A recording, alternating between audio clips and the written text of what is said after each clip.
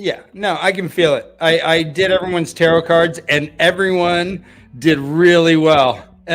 Everyone did really well, except for one person, but I'm not going to say who that is. I'm sure it's me. It's always me. All right, let's tarry no further. We have some amazing guests. We do have Gus and Ali from Wheel Takes. Let's bring them in. Oh yeah.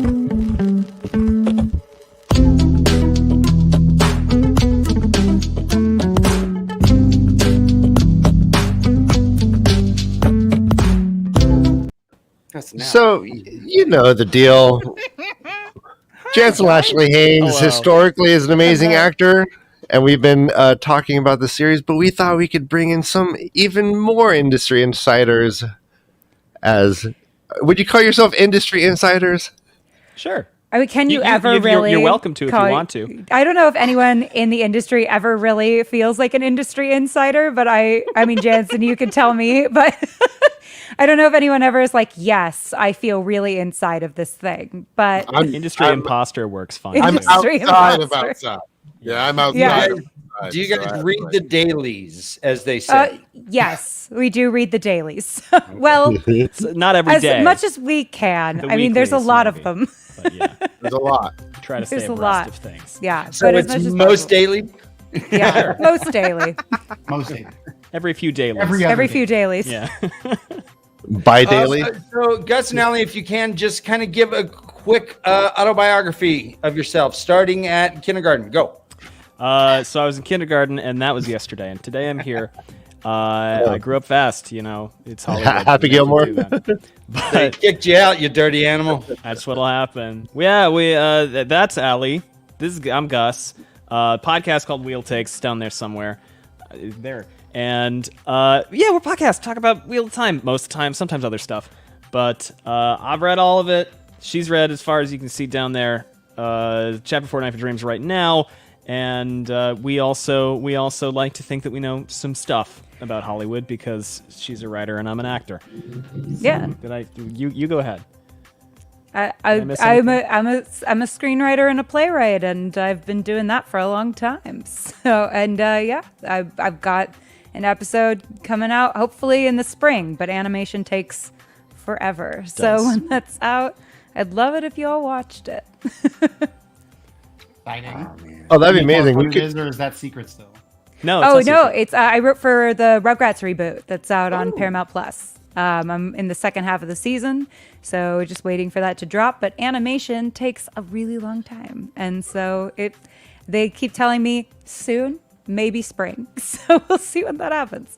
Ali, I don't know if you do voice acting, but when I hear your voice with my eyes closed, Rugrats does work there, and that's not an insult. I can hear like an old an Angelica friend. Yeah, it's a super fun show to write for. Back? That's all I need to know. Yeah, but yeah, it's a super fun show to write for, and it was a show I watched growing up, so it's a real cool full circle moment. But yeah, and also other accomplishments too, but whatever. other things.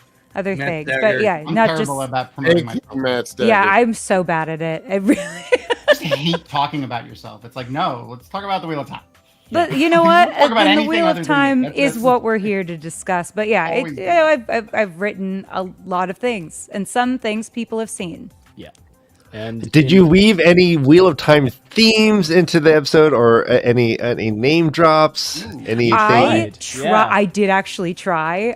There was one point where you can't say too much. I can't say too much about obviously NDAs and stuff, but there was a potential for me to maybe possibly name someone something, and I did try to slip Celine in there, but it didn't work out. Yeah. I was gonna say it didn't work out. And I can't say too much more, but it was pretty fun. To try anyway. Because I was like, oh, wouldn't they freak out if I was able to do it? But you know what? Dozens of people would have shit their pants. Dozens. And that really was the most niche Easter egg I could have possibly put. Ali got it in. I got it in. Anyways, well, we are here to try to get into the deeper story of the episode. We held off on talking about it out of respect for our friend Jansen and the whole situation, but now we're back and we are in episode 3. It's called What Might Be, and it is directed by Sanaa Hamri. This is, let's go right into the director right now. So this is someone that Ryan and I had pinpointed when we had heard about the direction of season 2 and heard that she was directing 3 or 4 of the episodes. We also heard that she was an executive producer. Her past works weren't super known to me, and so Ryan and I were a little bit skeptical, saying, "Oh, an executive producer is now directing." I don't know if this is the best decision on just a blanket, bird's eye view. But this episode was directed awesomely. I think the pacing was great. I think the story was great. I did not have any objections to this woman directing this at all. What do you think about what's her name? Sanaa Hamri, guys. She crushed. Phenomenal work. Yeah. Crushed. Yeah. Yeah, I think she did a great job. I also think that, like, if you look at it that way, it's a little weird, because if you should probably look at it the fact that they gave a director executive producer status, basically. Yeah. Because it's like they do give that to a lot of people, because that's not their job. But she was a director anyway. Mm-hmm. She mostly done music videos. 1999 or something. What's interesting is the music video scene is kind of the way to get into the industry nowadays, because there is so much need for them. They are a way to do a lot of really artistic and interesting things that might not be available to most first-time directors, and they're quick, but have a built-in audience already. I mean, the musicians tend to have their own built-in audience, so then they go into the music video scene basically to kind of like build up experience at a reel and a repertoire, and then because they're always in production. Yeah, they're always in production. I mean, there's so much. I mean, you get a lot of experience like real fast. For not just for the crew as well. There's a lot of people who start off like right there. Not just the directors. It's a lot of people, like a lot of the photographers, a lot of them, a lot of first PDs I even know who still are working on those. Yeah, and they pay pretty well usually. I mean, depending. I mean, they pay pretty well. Yeah, and they usually have a built-in audience already, so it's a good way to get your name out there and build up your reel, build up your reputation. And yeah, you're consistently working on those, and also they're willing to take a lot of artistic risks a lot of the time that maybe some of your other ways of breaking in might not be as open to. Really so yeah, it's a very legitimate way to get your start nowadays. So that's fun for as just like a little factoid. I know a lot of directors who are in that music video scene working their way into, because you have to build up your reputation. You have to show.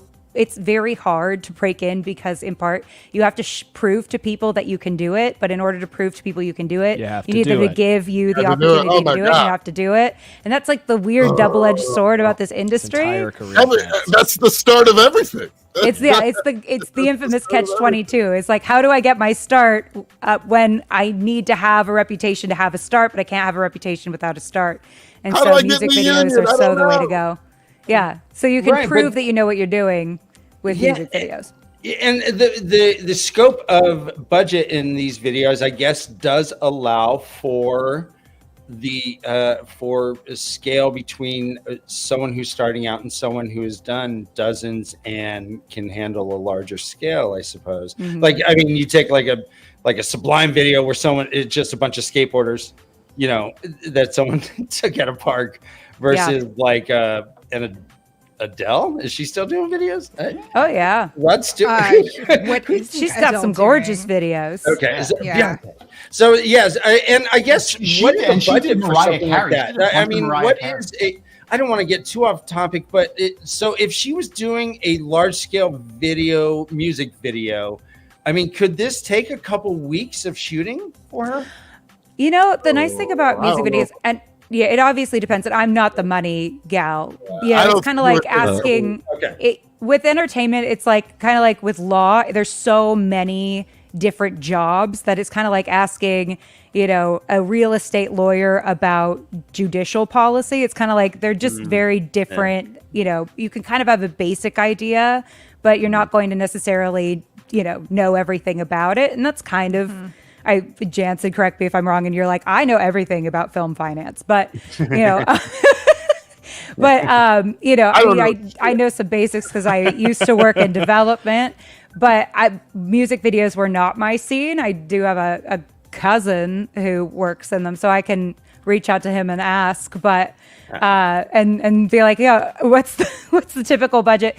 I think the point of music videos is typically to try and shoot them on as shoestring a budget as possible, but obviously for people like Adele, it's kind of like commercials where like you're trying to shoot them on a shoestring budget, but unlike commercials where, you know, that's another legitimate way to get your start, they tend to not be quite as artistically motivated. They tend to be more sales oriented, so it's a More little bit less commercially creative. motivated, Yeah, if it's you more will. commercial.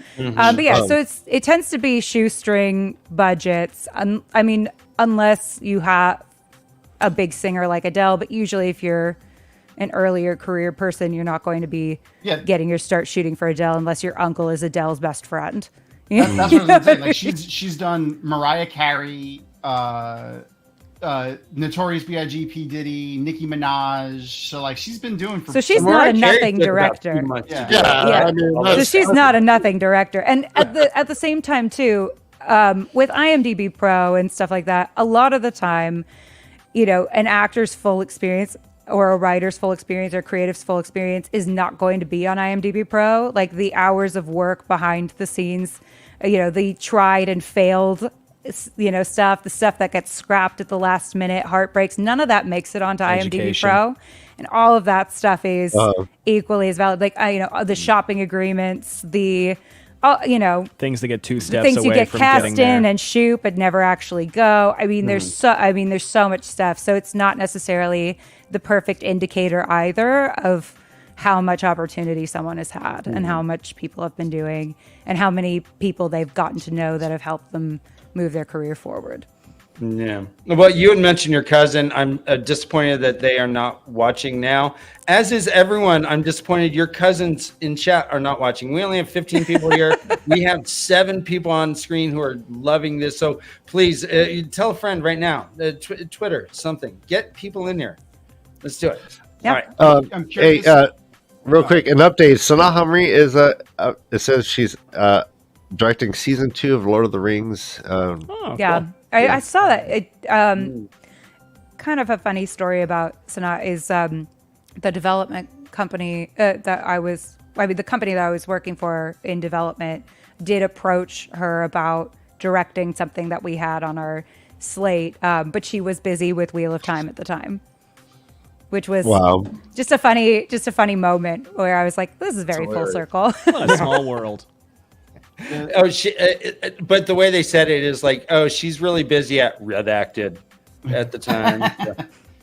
No, we knew it was Wheel of Time because it had been announced that she was directing, but we were hoping to get her in between some stuff. And then Lord of the Rings happened. And then it was like, well, good for Guys, you. what about you? Are you may not want to do a shoestring budget indie then. You know what I mean? Why wouldn't it? So Gus, are you pushing to get on Wheel of Time? Is this something that if you could, like, what would the process be if you wanted to try to get to be an extra right now? An extra. Or a voice, let's say, no, a voice, have a line. Live in A pride. name. Oh, a line. An extra and a line is very- a really yeah. different. Oh, yeah, no, it's way different. different. We're Yeah. changing it. Yeah. What would it take for you to get a line right now? I would tell my agent I would wait until season 4 got announced because there's not a lot of point in reaching out to them now because they're probably not They're not thinking it. about casting. After season 4 got announced, I would tell my agent, hey, this is the contact of the casting persons, Kelly Valentine Hendry. This is what their contact information is, which I don't have, but I would try to find it. There's a number of different tools and There's a websites. Discord. there's that that you can use to get that information. I would tell my agent basically, listen, send her these things of me. Here's what I know about the show, and this is my connection, if I have one, which I a little bit do, to the community around the show, and also to if I have any connection to Amazon, which we've talked to them before. And then he would reach out to her with all of my materials, and hopefully we'd hear back. And if we heard back, cool. And if we didn't, oh well, doesn't happen. Wait until they have more castings up. But generally, the agencies will know they're casting for, older men. They're casting for younger women. Like I was talking to my agent before the strikes, and I had mentioned I really like The Last of Us, and he said they're only really looking for young women right now, so that's not really going to work. But if there were something For that was some in reason. my, if there was something that was in my type, then I would be like, let's push at this. I might get new headshots. Gus, if you ended up on The Last of Us, I would die.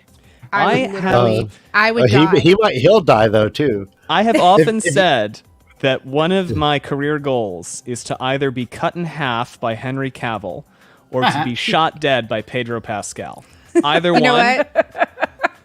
Wow. That's some life goals right there. Yeah. That's amazing. Speak it into the universe. I think it'd be a great time. Henry Cavill wants to do that Warhammer 40K show. Oh, so yeah. You have an opportunity.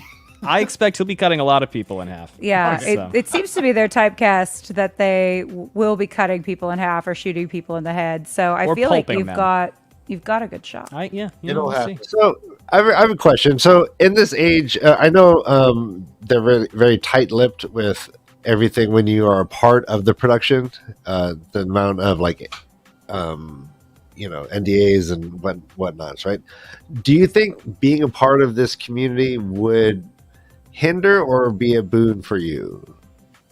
Would they look at this It's would that both, make really. them nervous in that world? Would both? It would be both. I mean, it's everything kind of runs on credit and reputation, right? So if I had a reputation for being loose-lipped, and I had a reputation for talking around projects that I was working on and hinting at them, that's not great. They don't necessarily want that And happening. it's They don't want that torture. getting out. That's torture to endure. Yeah. I want to tell everyone ever. Yeah. But at the same time, knowing that you have this is going to sound very clinical and scientific for a second. Knowing that you have a limited audience space that will recognize you helps a lot. Yeah. That's something that my agent knows about our podcast. My agent knows about our YouTube channel, because that ties in to having a career as somebody who your face is a big part of your career. So it can help, it can hinder. It would probably affect what I was able to talk about during and after the season, because a lot of stuff on NDAs is ongoing. For a long time. Yeah. Well, really and let's bring Jansen into this. Would an NDA affect your ability to talk about the book? I think that's a slippery slope. Depends. Yeah, it depends. I feel like you have to be really careful with that one. Yeah, I think that fortunately I have a lawyer at home and my wife who literally will look through anything and say, you can't do this, right? That's so great for you, Jansen. Some of us have to hire our lawyers. No, and I mean, for 15 She minutes. gets to write that off as pro bono work. Not only that, she has me in her best interest. I'm in her best interest. She doesn't want to scam me or anything. She's always there. It's so for me, nice. so that's very nice. But I mean, it's here's the thing: the best thing you can do in a situation like that is to not even walk the tightrope. Mm-hmm. It's you set a boundary for yourself that that you can't really do this, and you go forward. And that way, like they said, your character and your trust is all you got. So, you have to keep that, and you work around your laws and the things you can and can't do, and you do it the best you can. Yeah. Yeah, there were 2 times I was talking on the phone with Jansen, and he was on his way to the SAG building to like get clarification on what he could do on our show. Yeah. It was a stressful. It was a stressful time. You didn't want to.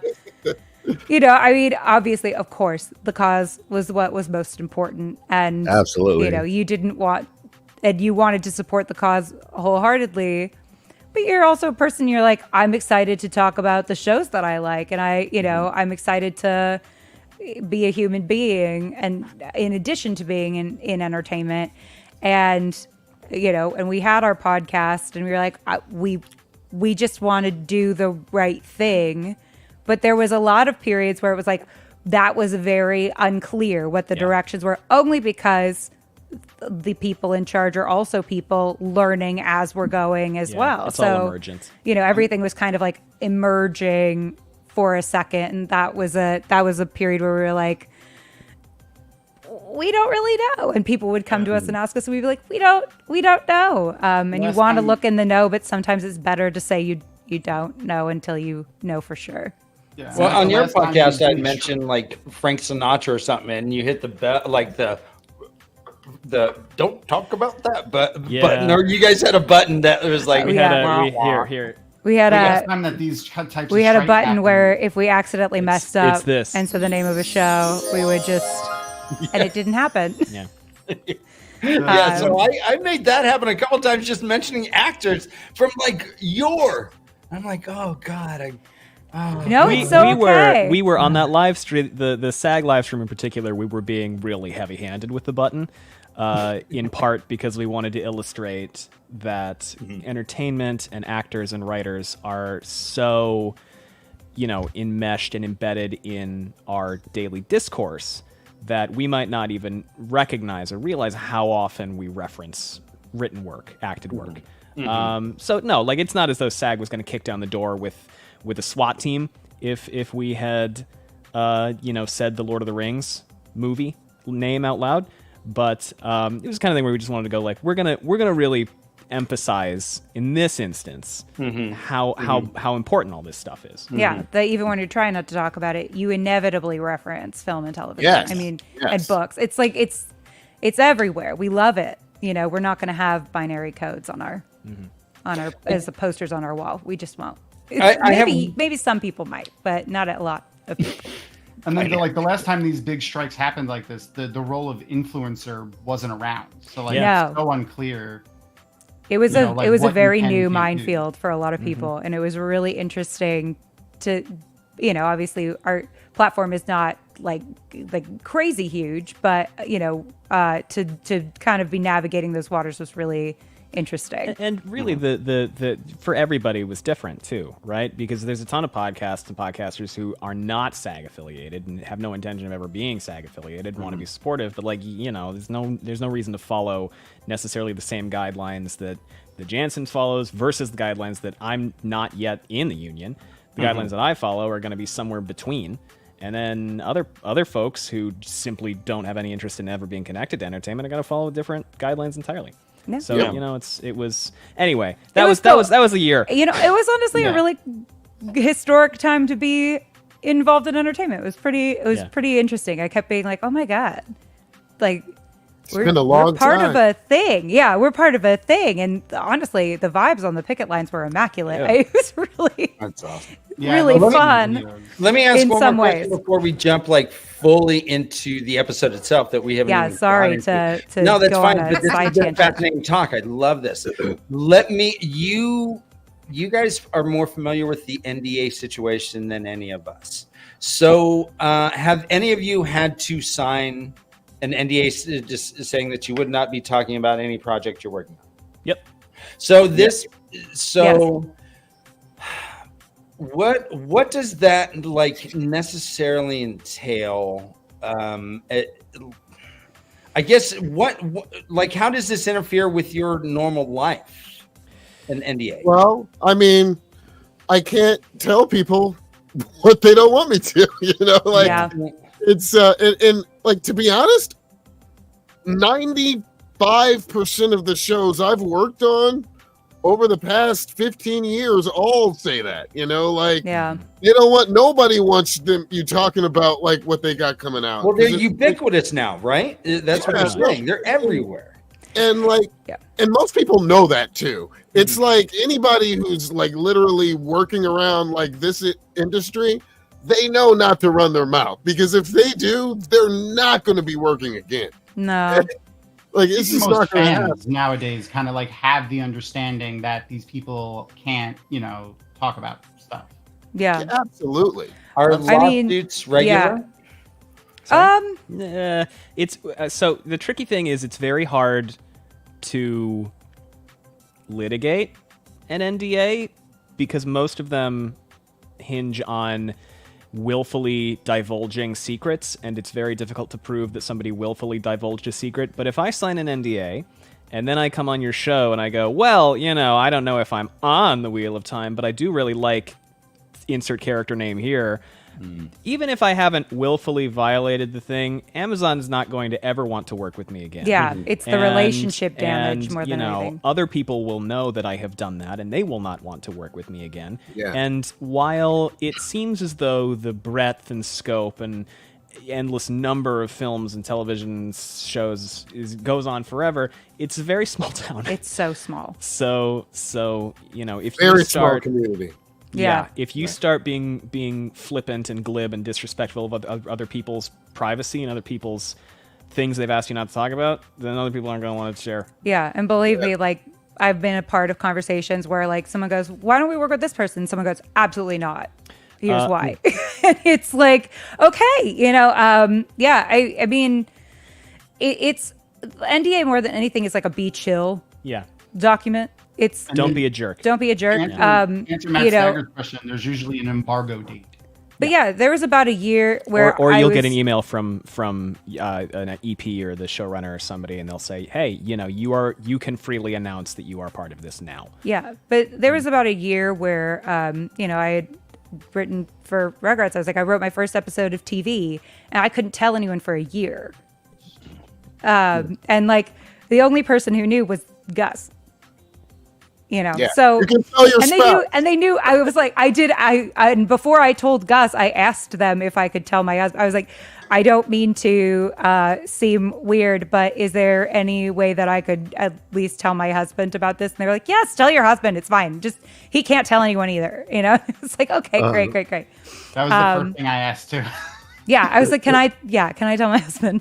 And then I had to sit with that for like a year. And then finally they said I could, even though the episode hasn't aired, they were like, you can say that you wrote for the show, just don't tell them anything about the episode.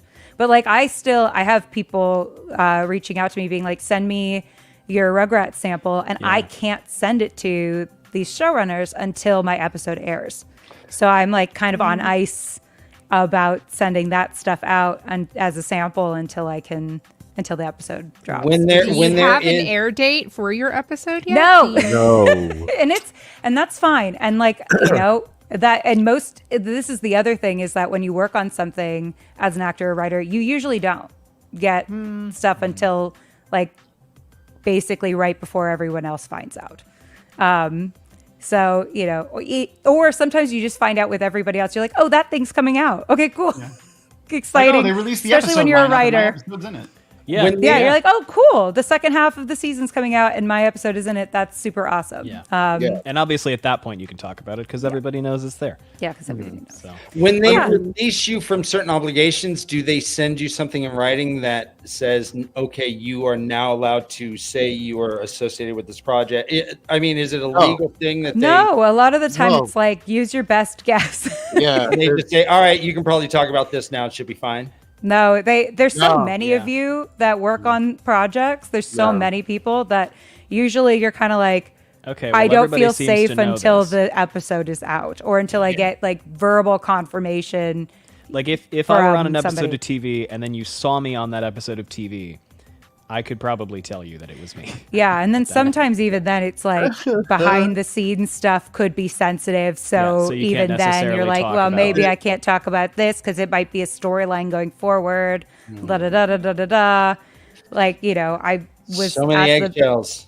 There's a lot of eggshells. But you kind of get used to it with your entertainment friends. You all will talk about stuff and you're like, I'm doing a thing, I can't talk about it. And you're like, okay, cool, congratulations on the thing you can't talk about. And that's it was rad. You get very used to not knowing anything about each other's work. And that's you just get very, very accustomed to those kind of conversations where you're like, I can't talk about this. But I'm excited about something. And that's all you'll say. And everyone will be like, hey, so excited for you. And whatever it is that you're excited about that you will not tell us and can't tell us anything about probably for a year. Sometimes also it'll be your representation that gets that information, because your representation, your agent or your manager will want to be able to say, oh, so exciting.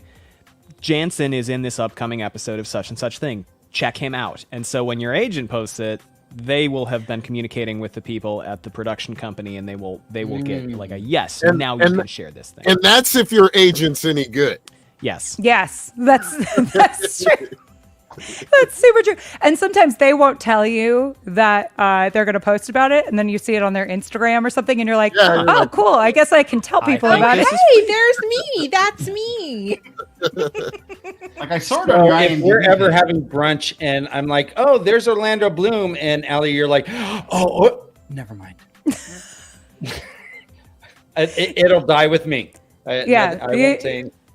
I mean, you just have to be a little bit thoughtful about what you say and how, and it's funny. I mean, there's a lot of people with differing standards, but I think it's always better to be on the safe side of tight-lipped. That makes sense. Yes. But it does become frustrating when you're like, but my IMDb Pro is not as impressive as the things that I've worked on. Oh my God. Oh my God. Isn't that the worst, where you're like, someone's like, I looked you up on IMDb Pro, and you're like, wait just a minute. The worst thing Keep hitting ever. refresh. Keep hitting refresh. All right.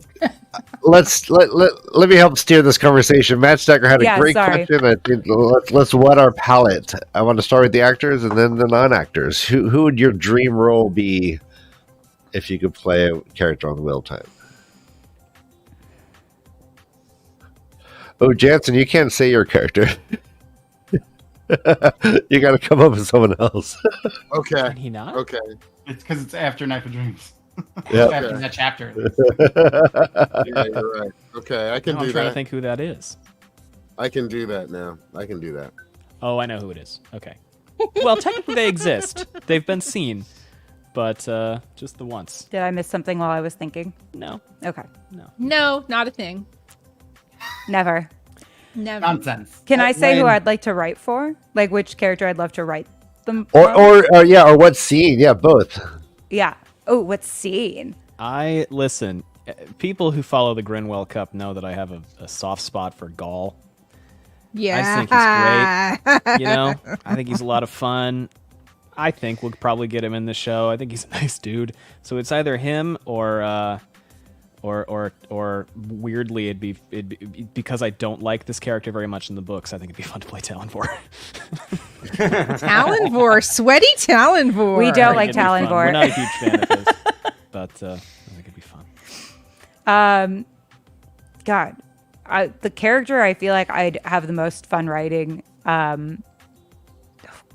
I feel like the thing I would want to write the most would be the Avienda Rand misunderstanding each other, and Rand bringing her that bracelet, and she's like, "You idiot! That's the bracelet means we're dating, and I don't want to date you because I have other ambitions." And those cultural misunderstandings in the Wheel of Time, I think, are some of the most fun things about the Wheel of Time, and so I would love.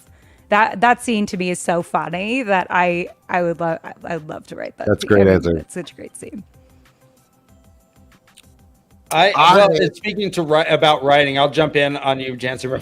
Sorry, but it's not a spoiler to say that the fandom does not like Gowan. It's unwarranted, and I would write Gowan to be untouchably likable. I would. Okay. Like unimpeachably. I'm so glad. I'm Can't so get into glad it. you have us on right now because I can't go there. Yeah, it's too long. Well, I think we can go there eventually. But Yeah. the episode 3 is when I started to get this theory about what they're doing with what they might do with the Tricans and how to make Gowan, Galad, Elaine, and Morghese all incredibly likable and rootable. Mm-hmm. And I think they might be doing it.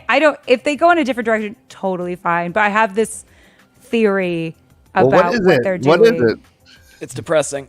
It's a little depressing. It's a little depressing, but I think they're going to do a really good job. Elaine, to me, it stood out to me a lot, this scene between Nynaeve and Elaine in episode 4, but it started in episode 3, this theory. I noticed that every time there's a big conflict in front of Elaine, she's shot like in the background, basically near a wall, away from like whatever the two people are who are having this discussion are, wherever they are. She's kind of like a little bit distant and very reserved and very calm and usually silent. And that started to strike me as really interesting because, you know, they beat into you in acting school, like acting is reacting, and to have her be so small in those moments, could be partially because of crisis counseling, but then the scene between and like knowing what to do in a crisis, but the scene between her and Nynaeve in episode 4, and I know we're not here to talk about that, felt very much like shot for shot children witnessing an abusive marriage. And episode 6. No, 4-2. Episode 6, yeah, no. But them watching Rima get taken felt shot for shot very reminiscent of children witnessing an abusive marriage. And when you think about Tarangale and how most people don't go from 0 to I'm going to murder my spouse, it felt on palette potentially for him to be not so nice of a dad. Especially because Leanie says also that he was never really particularly interested in Gawain and Elaine. And so to me, I thought there was a world in which we might see that scene again, shot for shot, with Gawain as Elaine and Elaine as Nynaeve. That's a good point. I didn't think about that.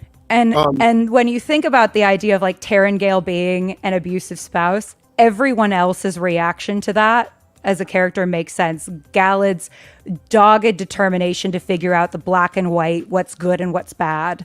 Gawain's obsessive need to protect Elaine. And the parentification that he experiences from a very young age Gawain's, over Elaine. Anger at Swan for being another neglectful or authority figure. Morghese's cycle of not great boyfriends and not great experiences with men. And then, it makes Elaine's potential relationship with Rand really interesting and loaded. So that was kind of my initial theory, is that I think that that's maybe what they're setting up, is that they had an explosive father figure that they had to be very quiet and still and calm around and tiptoe around. That's my theory, because the way that she just would react to stuff always struck me as like, what's going on? Like, she's just always by the wall, backed away from the situation, but not running away, just like very dissociating or like invisible, eerily calm and hyper vigilant and hyper aware, in a way where I was like, I've seen this scene before. You know what I mean? So that's my little theory. There's something that's very interesting about Tarangale. The only quote we have from him is him warning Galad about Aes Sedai. Mm-hmm. That's the only quote we have him. You see, and I believe the exact quote is, "Son, there are two people you should never trust in this world: beautiful women, and the other is Aes Sedai. And the light help you if you ever have to deal with both." Yeah. And that's the only quote we have from him. Classic. Seems RJ. like a winner. He seems like a winner. Everything I've heard about him from in passing just felt like subtextually it made sense. It feels like it rounds out the desires of those characters. We all have joked about them making Gawain likable. I think this is like the way to do it. And I also think when it makes sense when you think about the thesis of the books and the show, which is about like the cyclical nature of time. If we are including generational trauma and family trauma, which we already are with Matt, Lan, it makes Gawain's motivations for going against Swan much more loaded and feel grounded in something. And then also Gawain's ultimate showdown with Aemon Valda. Galad. What did I say? You said Gawain. I said okay, Galad. I'm being set up for failure because those names are so similar. But Galad and Aemon Valda's ultimate showdown, it also feels like if he was unable to protect Morghese at a time, would also have a lot there. I mean, not that it doesn't already, but it feels like it makes sense, potentially. I really like that theory for two reasons. One of them is it's fantastic, and it really does make Gawain, his story more. Well, it makes it less like he's just like being a whiny, annoying person. Like it gives him a reason for it, which is fantastic. But also selfishly because it works with my theory of them combining the two brothers. And I think it would be great if they it would work. That's possible, yeah. Really well. Well, and Ali, to your point, we've seen a lot of backstories that we did not get in the books. We had Swans, we had Perrin being married, we have Matt with his family relationship that's going on. We have these things that wasn't explored in the books, and so I would think that this would be a really nice way to do that. And I think that Rafe has kind of been sympathetic. I mean, even with Leandrin suggesting some sort of trauma there, where having sympathetic backstories. So I can definitely see this happening for sure. Yeah, and I think, it makes sense. I think they're doing an interesting balance between, a lot of the show's thesis also is around like who is a monster, like who could we label as a monster? And sometimes people with really good intentions do unintentionally monstrous things. Mm-hmm. And sometimes we have to do monstrous things in order to prevent other more monstrous things from happening. But sometimes out of context to other people, that just looks like you're the worst person in the world. So then if that's the case, then who can we label as evil, right? Mm-hmm. And obviously we have those characters where we're like, okay, objectively, you're evil. But there is a lot of nuance to be explored between the lines of like literally Satan and, a boy who has misunderstood the realities of a situation. And I think it's going to be really fun to see, where the individual characters kind of fall along those lines. Ali, you keep triggering me with things because your mention of monsters is a reoccurring theme within this whole season. Yeah. So it starts off with Eshamayel with the little girl. And he's like, some people call us monsters, forsaken. And then Rand said, you're the first person to see me as a man. I didn't want you to see me as a monster. Mm-hmm. And she mentions monster in I'm a monster too. Yeah. So this phrase monster, which is a fun term. I like that term. It's loaded with tons of things. I think that when you think of Frankenstein, it's not his fault. Anyways, monsters are just perception. Kanye West. Exactly. And it's that perception that's so important, because if you make the wrong, if you have the wrong perception of somebody, it's life or death in this world, right? Mm-hmm. If Rand trusts the wrong people, it's life or death. It's the entire world at stake. And that's true for him and the rest of his friends. Not to mention Matt's own feelings. Matt, Rand, and Perrin, and Nynaeve all have different moments of feeling this season like they are a monster in some way. Nynaeve's fear of her power, Perrin's fear of his growing powers, not helped by the fact that Eshamayel said he'd be watching his progress with great interest, which he does this episode. The more you get, the more you're mine. Mm-hmm. Right. And then Rand, of course, with his powers, and Matt with his guilt over abandoning his friends. They all, and being a prick like his father. All of them have this perception of like, maybe I am a monster. And then we have this larger world populated by characters who run kind of the gamut of what that could be. We have Dana who, braids her hair using symbols of safety from their hometown to look like a trustworthy person when she ended up being a monster, right? Or not even a monster because she had her reasons, but, prepared to do monstrous things. Yeah. She's trying to end suffering. And that's the thing, is that's what a Shamael says too, right? He's trying to end suffering by stopping the wheel. But it hurts to pull out a splinter. Exactly. So is he a monster? I mean, and that becomes this bigger thematic question that I think is being explored.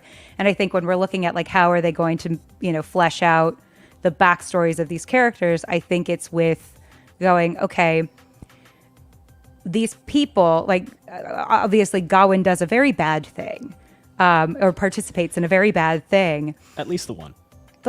That I know of, that I can think of. And does that make him a monster, or does that make him, isn't it more tragic if he's like, I'm trying to do the right thing and I made the wrong choice? I think he was an idiot. I mean, 100%. But if you're looking at it from the perspective of, right? Yeah. If you're looking at it from the perspective of, I have been tasked with protecting my sister her entire life. I think a big reason why he gets sent to Tarvalin maybe in season 3 might be because she's already disappeared once and then she disappears again. And the authority figure that is trusted to watch her is being strange and elusive. I mean, your instinct without context would be that she was doing something nefarious. Absolutely. I can't go past Knife of Dreams, right? No, you can't. No. I'm sorry. No. I mean, I have listen. No one likes Gawain less than me. I'm just like there is very much a path to Gawain being a likable character, or at least a sympathetic character. And you got to take care of this girl. It's very odd for me to come to Gawain's defense, but if you look at because I hate him too. But if you look at it from his point of view, as being a youngling in the tower, his sister's missing, the Amarylline seat's acting fishy. The rumors that he's hearing is that she's helping another false dragon. She gets legally disposed. There's a new Amarylline. The new Amarylline is completely against everything Suan was doing, wants to bring his sister back to the tower. Like, it makes sense that he would want to work with her. Like, from his perspective, because he has no other perspective. I know, but it's like there's a difference between the average guy having a good time on January 6th, storming the Capitol, and the guys who are lined up wearing military fatigues and going in single file. I think there's a difference. Yeah. I think he was a pure idiot. No, there are good people on both sides, Ryan. You're right. I think he gets dumber and dumber and dumber through the entire series. Yes, wait, yes. I agree with you. I'm sorry. No, because if he doesn't, he has to acknowledge that he screwed up before. You can cuss. It's all good. He has to acknowledge he fucked up before. I hate the whole character because not only is he stupid, he makes his sister stupid. Because honestly, if she was in the White Tower with the brother that she trusts more than anyone in the world, she would have at least told him some of the shit that she was doing. That's on her. I mean, she should have sent a letter. Now we're advocating for communication in the wheel. That's why. That's what it always falls down to. Yeah. Every argument about every character's failings always falls down to either failure of communication on their part or failure of communication on other people's part, giving them the information they need. Exactly. Either that or Elaine realized that he was stupid and an idiot too and didn't want to tell him shit. I feel like the only thing he's dumb about is he's far too trusting of people that are in power just because they have the title that they have. And see, I think that that's an important perspective to put in, is somebody who is like, well, they have a title, so obviously they must be brighter than I am, which, like, exactly. There are so many people who are guilty of that, right? There are so many. And it's not necessarily, it's a character flaw, but it's not, like, it's an understandable character flaw, right? That you are trusting of authority. It's not a flaw, it's an alignment. So, he is lawful neutral. Yeah. And I think, honestly, I think that he really wants to be a good person. I think he really wants to make good decisions. And I think part of the reason why, like I said, he doubles down on doing stupid things is because if he acknowledged that he was stupid and did a stupid thing, that's a very painful thing to do. Especially if he thinks, well, everything I've done is good. I made So a then- terrible choice. I did a horrible thing. And Yeah. if I now renege on that, it means that I did something extraordinarily wrong before, Yeah. and I'm too narrow-minded to acknowledge that or to embrace that. That's so too rather hard than to do. face up to the fact that I screwed up, I'm just gonna going to double keep down. doubling down. Double down on that. Wrong. Andy Gus. was- But guys, there was so much misinformation. He thought that That's Rand what had I'm- killed Morghese. He thought he may have even killed Elaine. There were dragons sworn around that were bad elements that they thought was Rand's doing. There was a lot of misinformation that was going on. The Gowan Not was in 4. Gowan was watching Fox News, guys. He was and a he was just bully. being sucked. He was just Listen, getting I don't like fed him weird either. shit. Inside joke. Listen, far be it from me to be. I'm shocked. I'm the Yeah, I Gowan don't know defender how we on this got here. podcast. I mean, Because I'm the Gowan I've been defender. quiet for a The reason, fact that I okay? put a single word in Gowan's defense. I've been quiet for a reason because you guys are going to beat me up if I give you my take, okay? So Why? Because you like Gowan? I You loved like Gowan? Gowan for the first half of the season, for the first half of the series. I loved him Gowan- until the Tower Coup. Gowan was Okay. and I didn't even dislike him after the Tower Coup. I disliked him when he didn't instantly leave everything when he met Egwene in Kyrian. That's a real when thing. Yeah. he comes across her in Kyrian and she told him everything that went down. That bothered me. Yeah. That did then bother Yeah, me. that's pretty he dumb. should have said, "See you later, White Tower. I'm out. I'm with my girl." That's what should have happened from the get-go. Or when she left him that letter and she said, "I can't go. I'm sorry. I've had to leave suddenly," because when she got called to Saladar, right? She was like, but again, Egwene didn't trust Gowan either, right? We are Like, not she standing by set our him- woman.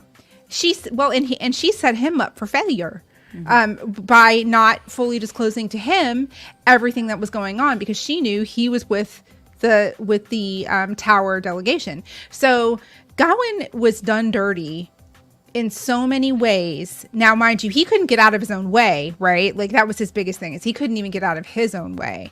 But his elder brother pretty much abandons him to go join the White Cloaks. He thinks his mom's murdered by the Dragon Reborn. He doesn't know where his sister is.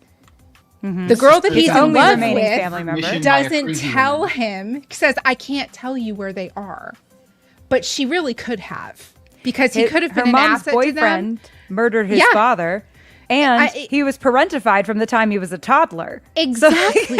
Exactly. I mean, so this guy has a whole lot already on his shoulders, and I think he was done dirty. I think his character could have been written so much better in the back half, and I won't get into any details or anything like that. But I just feel like a lot of Gawain's story becomes almost an afterthought, because it was like, this is this character I don't really know what to do with. So we're just going to keep him going in the same direction of bad decisions. It's like Yeah. it's like, have you ever played a video game and you've deliberately had a bad decisions run? And you Yes. just, everything you do, it's a capital B and a capital D. This is a bad decisions run. Dragon Age Inquisition, I had a bad decisions run. And by the end of it, everybody hated me. And Yeah. that's pretty much Gawain's life. In that, so, but I'm sympathetic toward Gowan. I don't hate Gowan as a character. Jansen I'm is just like- sympathetic for him. I think So- Gawain's presence, to me, regardless of whether or not you end up liking him or thinking he's sympathetic, is a really good support of the show's thesis, which is, who is a monster, and Yes. can we, as good people, make horrific decisions? Correct. And continue to make horrific decisions? Are we really so different from one another, or did we just happen to make the right call at some really major crossroads where we were presented with two bad decisions, and we made the right call on which one was the better Right. bad decision? The lesser of two evils, so to speak. Yeah. Great example of like a good character doing, like having like an evil standpoint, whereas Shamael is like an obviously evil character, but he's trying to frame himself to be a good character in what he's doing. So he's like, Gowan's like the other side of that. Yeah, he's a good character who just cannot seem to make the right decision to save his life. And yeah, I think that's what's so interesting is like then you put yourself in the Two Rivers kids, right? They're from a very sheltered area. They are, everyone that they've known up until now, they've known their entire lives. They go out into the world and it's like, here are all the shades of gray. Pick which one is the like darkest shade and then steer away from that. I mean, it's like they all look the same. And so it's like, how do we make the right decisions when the world is so nuanced? And so I think you do need characters like Galad and Gawain who are kind of the cautionary tales of what happens when you go too far in certain directions. And you're not willing trust to authority too much, you get Gawain. Try to make the world too black and white and rigid in terms of what goodness and badness is, you get Galad. And they're not bad neither of them people. are the ideal.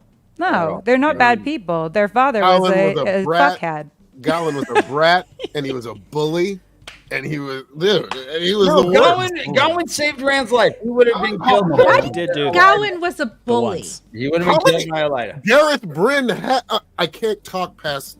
No, Oh, that's think one bully. I don't part, think and we're that is not. more than once. That's- Even he realized. Anyway, I didn't mean to. I did Anyway. not mean to get us All right. into this deep Nah. dive. Elaine No, Gawain this to is Julia Grand killing Rapids. me. I have the best way we could tie it back to the actual conversation of the Yes, episode. please.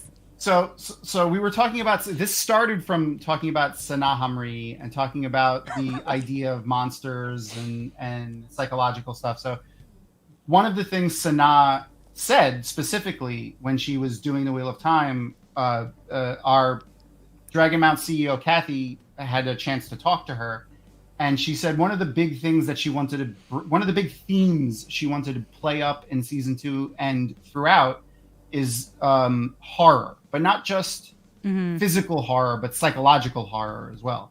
Yeah. And I mean, I think they're doing a pretty good job with that. Oh my God! Absolutely. Yeah, The Wheel of Time is a very, very dark story. It really is. I mean, It's from the grimdark. very, I would from the- call it grimdark. But I mean, would. from the very beginning, all the way back to even when we go back to New Starts off with Spring. an apocalypse. In New Spring, they were killing babies and children from the very beginning. Like it was. I mean, it's dark, Yeah. and to show that visually is a lot different than reading about it. So Yep. yeah. you're going to see, and that's one of, and now let's start diving into episode 3. Yes. Yeah, real fast. There, one last character we needed to.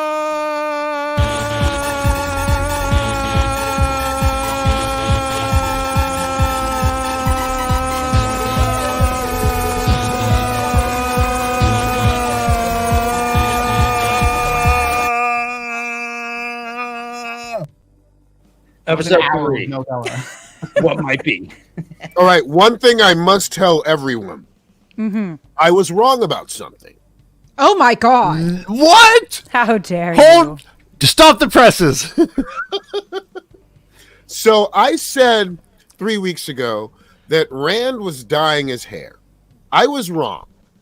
He was cutting it really, really short so no one could see his roots. Because what we have in the beginning, well, we're going to talk about that. We'll talk about the beginning of what happens, and then we'll get into what I'm talking about. So Yeah. this starts out as the very first thing that we see for episode 3 is Nynaeve going through the arches. So much better than the books, to be honest. I think all 3 arch tests were better than they were in the books. Yeah, unbelievable. I mean, we talked about, I think, the need for, I think last time we were on this show, we talked about why they decided to change Nynaeve's backstory a little bit, or a lot bit.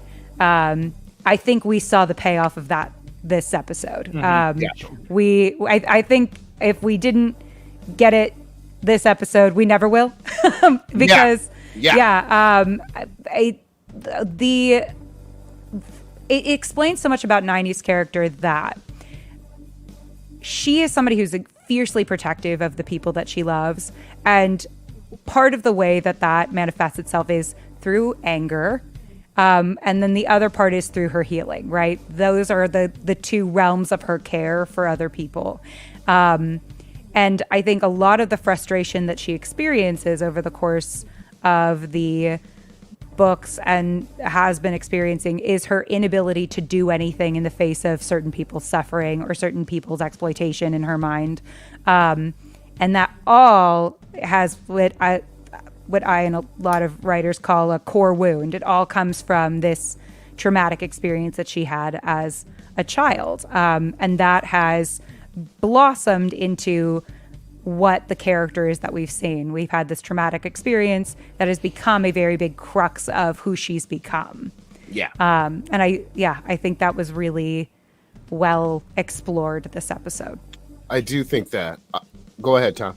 Oh, I was going to say, like, the point of the accepted tests are supposed to be you're giving up something to show that you are fully committed to being Aes Sedai.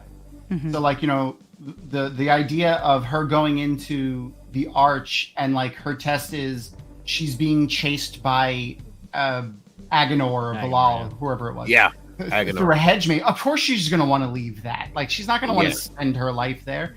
But the test being her going back to the core wound, like you said, Ali, like, and given kind of the opportunity to change it, and in the moment where she would have had that opportunity to change it, she has to choose to stay and do something or leave and go back to the tower. And like, that's a much better test of the character. Right. Well, and the decision. Go ahead, Ali. I'm sorry. Sorry, this is just an additional small thing, but the decision to, even though she was a child and she's completely blameless, right? But in Nynaeve's mind, the decision to not stand with her parents, to have to sit there and do nothing while they died, has haunted her entire life. I mean, it's very clear. And the Arches, in my mind, like you said, it's forcing you to do the thing that you like, that it knows you would abandon the White Tower for. And for Nynaeve, that is if someone needs her help. Mm-hmm. Because she can't ever again be the person that sat there and did nothing while people died. And that's just the crux of everything that she is. And the Arches in this episode exploit that in such horrid ways and ultimately win over Nynaeve. And it's because she is a badass, is able to get out of it, but it beat her. Mm-hmm. It understood her. And no, they did that. Sheriam specifically says if you're doing this for somebody else, you're going to fail. Work out. Yeah. Right. And in that moment, she was still wanting to become an Aes Sedai for Egwene or for Rand and Perrin and Mat or for all of the above to protect them and not to better herself or to become an Aes Sedai herself. Right. And let's also face it. So during the third test for this, pretty much most of us book readers, we pretty much knew what was happening. When it came down to it, we got to a point where we pretty much knew what was happening. The payoff came to the non-book reader, who really, really, really didn't know what was happening. Mm-hmm. And it had me until Lan showed up with nobody by himself. When he showed up by himself, I was like, "What the hell? Wait a minute." Yeah, no. I thought that was cool. I like how they did that. But let's face it, they're not making this for the book reader. No, they're just not. And I thought it was a really good way to visualize why Nynaeve wanted to stay, because and of course she couldn't. The first test from the book they really couldn't recreate because they didn't have that in the first season. Mm-hmm. So I like the substitute. Well, Beth, let me pull this in. So Nynaeve mentioned, she's like, what the hell is this test? If my whole point of being in the tower is to betray everyone and anything I love, then fuck all y'all. I don't want to be a part of this group. And she has a good point in my head. Yeah. I mean, what do you think about, like, so this test with in the book, at least it was Agenor first, creepy shit, but it wasn't this test. She left her parents while they were getting killed. She left Tam, Althor, and Natty, who, by the way, thank you for shitting on the Cawthon family again. Natty is done dirty. Oh, can I say one thing? They did that much better. Can I say one one thing about Yes. Natty. Yes. They are like her inclusion in this episode cemented in my mind that she's getting a redemption arc, no question, 100%. during the Battle of the Two Rivers. Absolutely. It is, like, to me, it is 100%. That's why she was there. That's why we're doing the Natty character assassination once again, because I swear to God, the Cothins are getting a freaking need redemption one. They arc. need It's one. happening. And It's Abel will get happening. his when him Buckle and Tam up. go. We're going to cry. Instead of Owlsbit Luhan, it will be Natty Cawthon with the frying pan in the town square. I promise you. I agree. Nah. And we will all cry. And honestly, No, Matt's that- sisters are teaching boys how to kiss. that scene with the second arch scene, I thought was good for Natty's sake. Oh yeah. Yes. Because she recognized herself. It's like, I shouldn't be. You should be doing this. Yeah. Yeah, she she wasn't stepped like- up.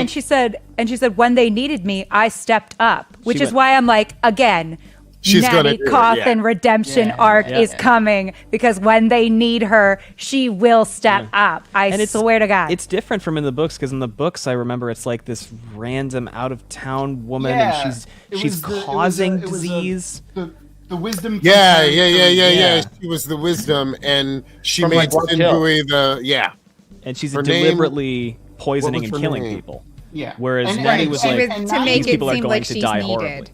Yeah. And, Yeah. and She's Naive's needed. character in the book, in that scene, also was like, it seemed, and the way she and her inner thoughts, it was more she was upset that she was in the Two Rivers and not the wisdom, more than upset at what was going on. Whereas Yeah. Nynaeve in the show was just, she didn't give a shit. She would the fact that she wasn't the wisdom never even came into her vernacular. It was just, I have to help these. I have to help my Right. people. I have to be there to help my people. Well, and not only that, but we just saw her, by the way, I couldn't help but think about the fact that, like, what happened in the past, that was real. And she actually did have to sit there and listen to all of that as a child. Like, that screwed me up for days. But then, second of all, she gets integrated into this town, right? And it's clear she never quite feels 100% like she belongs there, because she wasn't born there. But she does everything she can to prove herself worthy of that town, to the point where she becomes an integral leader to that town. And then she is forced to leave, right? Forced to leave that position. And the last thing Natty says to her is, "This isn't your home anymore." Whoa. It's true. Oh, Oh Yeah. my God. Like, she did everything for them. Yep. And then the one moment where she was forced to leave. All of a sudden, well, then you're useless to us. Dan, to your point about sort of the purpose of the test, if I recall correctly in the books, the first 2 times she leaves, it's right before she might be able to make a difference. Because she starts channeling in the arches in Arch 1. She's got Agnor on the ropes, and she's like, I can kill him now, and he won't be able to hurt anybody else. And then she has to leave. And then in the second one, she's sneaking around with, I don't remember who it is. It's Egwene's mom. Is it? Okay, Marin. she's sneaking It's around with Marin. Marin, and they're like, okay, Marin. we're like putting together a group. We're going to be able to mount, not like a resistance, but we're going to be able to do something. We're going to be able to help everybody. And then the Arch comes up, and she's like, I can't. Sorry. Yeah. Yeah. So I think it's like the one you're supposed to choose the many above the one, like to be an Aes Sedai to help everybody, but to go back to your small town or your life and help the people that you care about is to help the small, amount of people. Yeah, but I think what's great is they used the arches in the show as an opportunity to really delve into Nynaeve's character and, like, her core wounds, the things that drive her, the things that haunt her, and her hopes for the future. yeah. And her And what love she really of wants. land. Yeah. And her Yes. love of land. And Not give only Zoe her- the opportunity to fucking kill it, because oh my She, god, Yeah, she, oh my God. She kills it every single time, man. She just continues to crush. I'm just like, oh my God, every single stop. time. We're already dead. Please. Yeah. Yeah, Like, they're, you so they're all good. very oh good. my god. You They're go all so great. hard. Guys, we know, haven't not really. only- Yeah. Oh, sorry, sorry. we- Just last yeah. thought. Just Uh-huh. not only her love of land, but her love of the Two Rivers, and her love Yeah, of those yeah. boys, and Egwene. I mean, all of Anguish that when becomes she doesn't the have her future. child when she comes out too, Yeah. like Yeah, to show that range of feeling that she would have, like By the way, if my dad had whispered that old tongue thing and I'd never heard it before, I would not have remembered it. It's a lot of work. Her memory way I would is have remembered wild. that phrase. She's crushing it, man. I guess No, it is the eidetic memory. last That's where the eidetic thing. memory comes from. Yeah, and not to mention trauma. Like, it's the last thing he said to her at a very traumatic and climactic point. But It wasn't even still, yeah. English, though. I mean, still, that's true. But yeah, So- but I so do think check this that- out. Memorize weaves because of it. Yeah. So real quick, guys, I just dawned upon me. Like, imagine Gus, you get sucked into a portal and you live an entire marriage with Ali. You have You're in the children. portal right I now. might be. Right, yeah. The entire you go 20 years in advance, right, in your relationship. Or however long that was. How what are we thinking? 11, I think she said 15? 7 years. 7 or 8. All right, just imagine you 8 years, and then all of a sudden, so you have 8 years of living with Ali, experiencing everything. Like, that's an imbalance in the relationship that I had not thought about. Nynaeve's coming out having just lived an entire, decade or so with Lan. Yeah. She does say in episode 4 it's fading. So I think Okay. it's not like, because there's an episode Parts of Deep of it. Space Nine where one of the characters gets locked in brain jail for 50 years, and that whole episode is like him Dude. suffering over the fact that this thing happened, and then we never talk about it again. But I That think was- they're Yeah, I love that episode, yeah. that was a good episode. That was with Cole Maney, I believe. yes, And and then O'Brien there Must was- Suffer episode. Yes, but then that also happened to Patrick Stewart in The Next Generation, where Yeah, he Inner lived an Life. entire life Yeah. and then came back within a second. So Yeah. yeah, I think- it's a Oh, Sorry. with the flute, he was able The to play flute. the flute. You know those aren't his hands? Yes. Those aren't Patrick Stewart's hands playing Yeah, I the flute. believe That's it. somebody else. It's I saw that. Yeah. But to What- your point, Ryan, Uh-huh. they suggest in the next episode that she does not have all 7 years of like lived experience. She's just able to retain essentially the trauma of it. Very on brand for the Wheel of Time. Oh, yeah. right. Yeah. I Which mean, comes totally into get the that. psychological I mean- horror again. No, that's a good point. Yeah, it's yeah. a really big psychological horror, like you said. Yeah, it's. I mean, to me, I'm like, that's horrible. Horrifying. That's horrible. Yeah, like you have no guarantee that if you like have a kid that it's going to end up being that daughter. Like that daughter's like Yeah. for all intents and purposes dead. she lost Yeah, a child. She's mourning what That's might the have word. been. Yeah, she's mourning what that's could the have word. happened. She lost a child, and I think they said They did. in some interview or something that they kind of modeled it one for one off of. I mean, obviously trigger warning, but a miscarriage, like Mm-hmm. that kind of like promise of what could have been, all that hope, and then it's taken away from you. And the where that her bloodstains are on her shirt are Right. also. And that disenfranchised grief that happens to people where it's like it's still a very legitimate grief, but our society doesn't give it that respect of it being legitimate. I'm really hoping they tap on her on that in season 3. Like like let some sort of something come back or be useful to her in something. Yeah. Yeah. Well, I think we see it throughout season 2. Not to talk too far ahead, but I think the reason why her block is so much stronger throughout the rest of the season is she's just had it reinforced 3 times. Leandrin really shoved her in there before she was necessarily ready, and I think it just compounded all of the traumas she was already dealing with. Right, But and I it is also- interesting that in the second one where she's trying to heal Tam, it reaches for the source and goes, "Well, sorry, can't channel, can't help you." While she was the wisdom for 20-something years, or maybe 12 years. 12 years maybe. Anyway, she used herbs and stuff. It's interesting that she's like, "Oh shit, I can't channel." Well, it was harking back because the disease that Tam had was progressed so far that she wouldn't be able to heal it, which was the same as the young girl that she watched the yellow Breakbone. heal. Yeah. So like who had that disease that had progressed to a point, and then an accepted comes in and just heals her, and she's like, "Excuse me." yeah. Yeah. Right. The ability, and I think it's the same disease that Egwene fought through, Breakbone, right? In the book, breakbone. yeah. In the book. Breakbone, yeah. Yeah, but the other thing that I thought was interesting about that third arch is we get an opportunity to also see Nynaeve, like how Nynaeve perceives Matt and Perrin, which is very drastically different than how Matt and Perrin perceive themselves at this point, right? Perrin perceives himself as a monster. Nynaeve sees him like lovingly playing with her child. Matt sees himself as a prick, just like his father. Nynaeve sees him as noble and noble and important. Yeah. And so I thought that was also gave me chills too, is that it's like how others perceive us is not always how we perceive ourselves. And Nynaeve always sees the best in her boys and in Egwene. So that would also mean that the version of Lan that is in that isn't, I mean, obviously it's not really Lan, but it's not any real version of Lan. It's just Lan does all the dishes. Lan vacuums. He does all the dishes. But it's the land that could be if he didn't have this mission. It's land at. I mean, we kind of get a glimpse, a little bit of a version of this land at Alana's hometown, at like home. I was about to say, doesn't it cut to him pissing on a tree? Yeah, we kind of get first person in the Wheel of Time to use the bathroom. He finally gets a day off, and this is we get fun land, like we get. A land that's let his hair down, literally.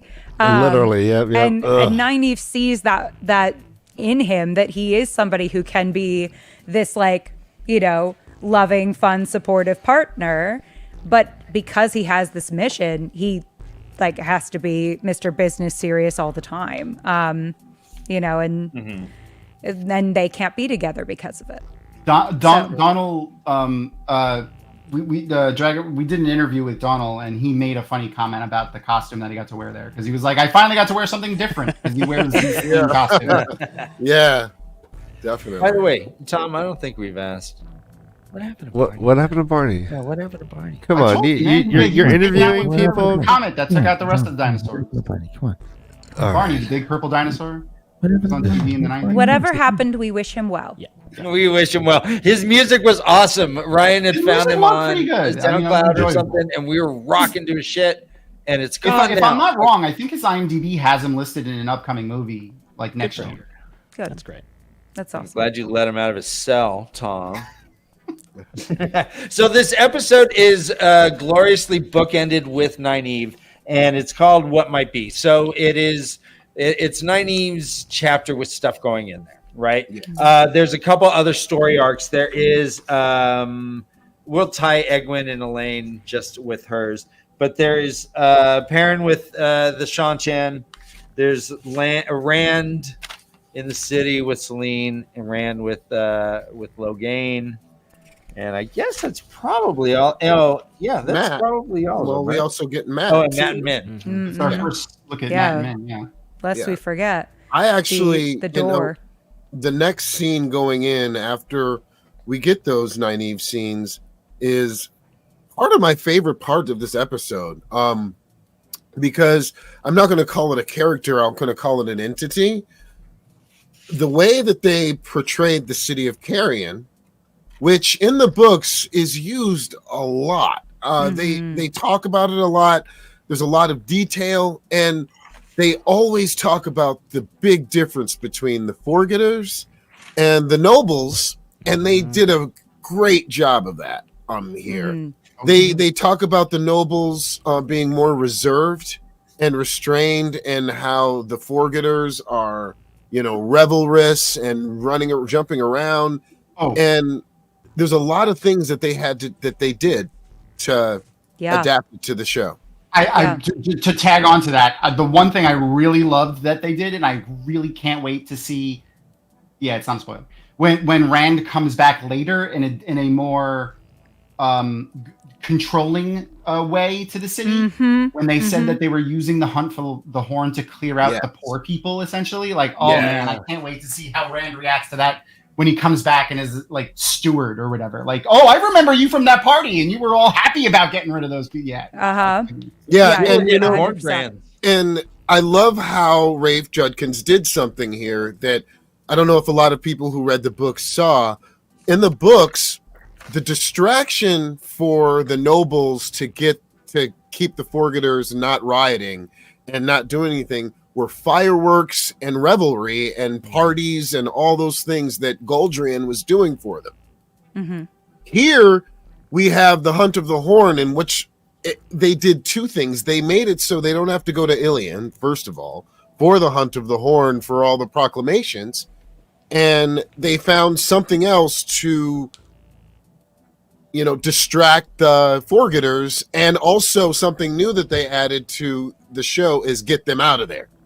Yeah. Something I think on that note that I've been clocking a lot about Rand's journey, right? We see him at this beginning. He's got, bread being tossed to him by a friend. He's giving money to a child. We're getting very much baby girl Rand in like the best way, right? This is our sweet baby cinnamon roll Rand, as we know and love him from the beginning. He's a good-hearted kid who's most comfortable among common people because that's where he's from, which is, of course, where Lanfear targets him, right? Where he's most comfortable. She doesn't come to him as a noble lady. She comes to him as an innkeeper. That's because that's who he's grown up around. That's who he's comfortable. Again, using those symbols of home against him, right? Using the places he's comfortable against him. But we also get to see Rand's journey of like, now that we're in the post-Moraine era in his mind, right? We've separated from her. Where is my He thinks he's done, right? Yeah. He thinks he's Yeah. won. But he's like, but once he realizes he's not, it becomes this thing of like, who is my mentor now? Right? We see him look for it in Errol at the beginning. And of course, Errol is, I love those scenes. Errol is too broken dude. and too soft-hearted to be the mentor that Rand is looking for. But he does learn some sword forms from him. We see him reject Celene's tutelage this episode, right? When she says, when he comes to her and he's like, did you know this? And she laughs. And then he leaves her at the party, rejecting her mentorship in that moment because that's too hard-hearted, right? That it's that Goldilocks and the Three Bears. We're looking for the middle ground mentor that we need, who's not too soft or too hard. And then we see him go to Logain, and the same kind of rejection once Logain does that same callousness toward the suffering of the common people. He says to him, you can't help me, you're sick. But he's never rejected somebody for being mad or sick or infirm before, right? Like Errol, he had to reject because he just wasn't the right fit. But like, it wasn't Logain's madness that Rand was rejecting. It was Logain's callousness that he found sick. Yeah. Yeah, he means more like you're sick in the head, or like your sick, soul is sick. Your soul is You're sick. a cruel person. Yeah, you're a cruel person. You don't care about the suffering of people. In the books or in this episode? In this episode. In this episode. I want to ask you guys. Oh no, I disagree. I saw him as seeing him as being mad. He said, he's like, you're not the dragon. He's like, Lews Therin talks to me. I hear him in my head. And Rand's like, whoa, all right, I'm gonna piece the fuck out. Nope. And leaves from there. See, I would disagree with that only because, and I think that is like kind of the initial thing that you're supposed to think is like, oh yeah, he's crazy, obviously. But there are a couple things that I kind of point to as maybe like a counterbalance to that. I think Logain is doing that same thing that we accused Gawain of doing, where he's doubling down because it's very much implied in the first season that he killed his family over the course of his dragon reborning, right? Or at least his sister, because they say, they'll turn against you like your sister. I mean, there's the whispering is very anti-sister. Interpret as madness, correct? Yes. Oh, yes. And definitely Logain has some madness going on. Yeah. That's not a question. But that I don't think is ultimately the reason Rand rejects him, right? Rand hasn't had an issue with seeking out the tutelage of mad people before, and that's why Errol exists, right? Gentle Rand doesn't have a problem with somebody having a couple marbles loose, right? It's the fact that if his heart's in the right place, then, potentially he's a good mentor to have. But Logain, it's not necessarily Logain's madness that makes Rand reject him. It's the fact that he's cruel. Callous. And Yeah, and unkind. It's Okay, his cruelty that I makes think we're Rand, going to that have to turns agree Rand to off. disagree on that because Sure. I took it more literally. It was as soon as he said, I can hear him, and Rand's like, you can't help me. You're crazy. And notoriously, Wheel of Time is very face value thing. Well, no, Tom, I'm giving my honest. If you want to mock it, you may. I mean, I love definitely think there's multiple. I think it can be both. I think it can be both. Being vulnerable here. I think it can be both, but I think definitely a big turnoff for Rand was both Celine's callousness toward the common people and then Loghain's callousness toward the common people. I also thought it was interesting that I know that Rand was at the asylum, but it was very much after hours that he got out of that coat that Celine got him as quickly as possible. Oh yeah. Like the And you never next see it scene again. he's in, he's out of it. And then he's only back in it in that dream sequence. Yeah. That And does she put it on him or does he put it on? He's already in it. So that's when he walks interesting in. because I hadn't interpreted that Celine had created that dream, that horny dream. I thought he just had it, woke up, and still kind of had a boner and flamed up the end. I did not interpret that Celine had, as Lanfear, had created this dream, had seen him channeling and was encouraging it, and then he woke up and was channeling. But that's how I interpret it on this rewatch. What do you guys think? I mean, in the X-ray, I'm pretty sure it says that it's in Teliran Riyadh, doesn't it? I don't know. I didn't look. thought that I looked in the says X-ray and it location said is Teliran Riyadh. the I think- location was Oh, I didn't see Teliran it. Riyadh. I think that I want to know what Beth thinks. Oh yeah, Beth. I'm sorry. I mean, to be honest with you I'm guys, talking a lot. I'm excited. no, Sorry. you're Beth, fine. please. No, you're fine. I enjoy listening to No, your please. commentary. No, I honestly,